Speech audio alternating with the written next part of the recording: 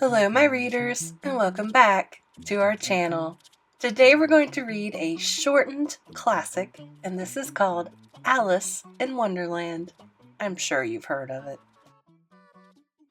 Alice was sitting in the shade of a grand old oak tree. She was listening to her sister reading aloud, and she was very, very bored.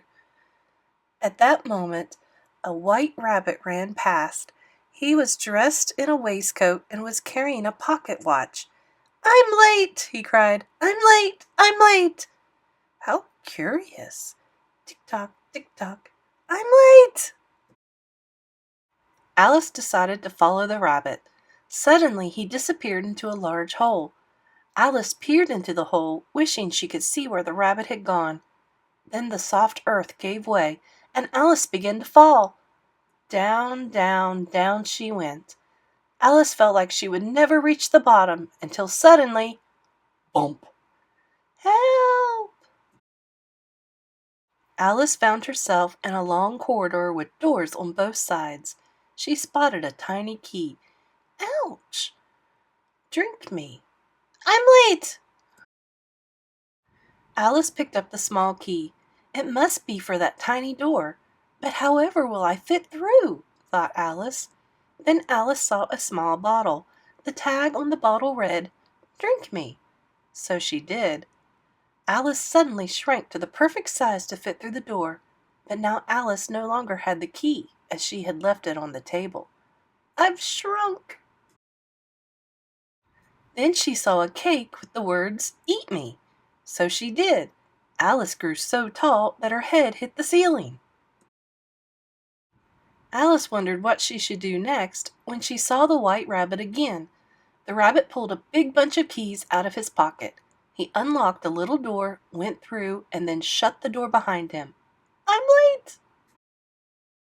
Alice drank a little more from the bottle until she was small again. She quickly unlocked the door and ran after the rabbit. She found herself in a beautiful garden. Alice couldn't see the white rabbit, so she wandered around the garden looking for him. Suddenly she heard a voice. "Who are you?" asked a caterpillar. "I am Alice," Alice replied. "Can you help me find my way home? I should so like to be normal-sized again." "You are normal-sized," said the caterpillar grumpily. "Thank you very much." "Oh, I'm sorry," said Alice. "I didn't mean to offend you." The caterpillar turned its back on Alice. "Find the Cheshire Cat," he said. Alice turned around and saw a very strange sight. It was a cat floating in midair. "Excuse me," said Alice. "Can you help me?" "Maybe I can," said the cat with a large toothy grin. "Maybe I can't."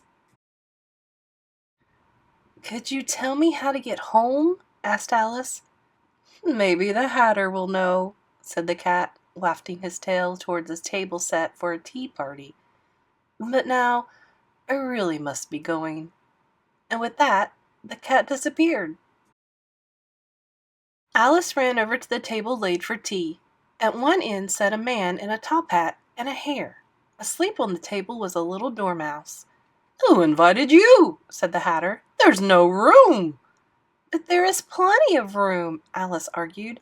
Suddenly the dormouse woke up.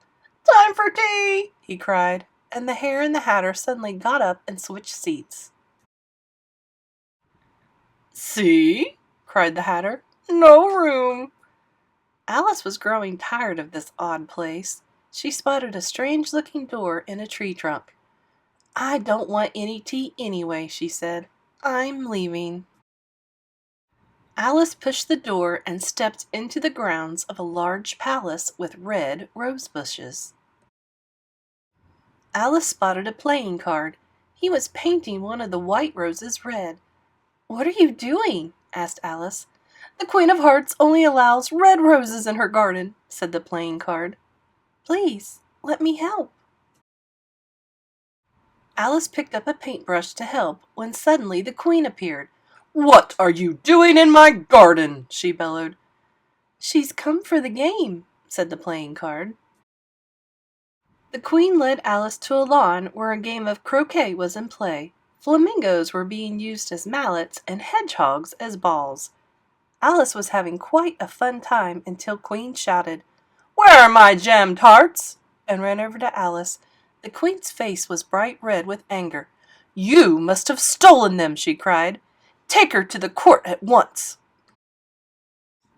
Alice was taken to a large courtroom surrounded by rows of playing cards. To Alice's amazement, the White Rabbit suddenly appeared again. "You are charged with stealing the Queen of Hearts' jam tarts," he said. "This is just too silly," said Alice. She pushed one of the playing cards out of her way, and soon all the playing cards were tumbling and falling around her. Alice shut her eyes tight. When Alice opened her eyes again, she found she was back in the shade of the old oak tree. "Alice, have you been sleeping?" asked her sister. "No," replied Alice. "I've been to Wonderland." What do you think? Was it all a dream? I mean, there was that playing card in the tree and the watch at the bottom of the tree. It's a little strange.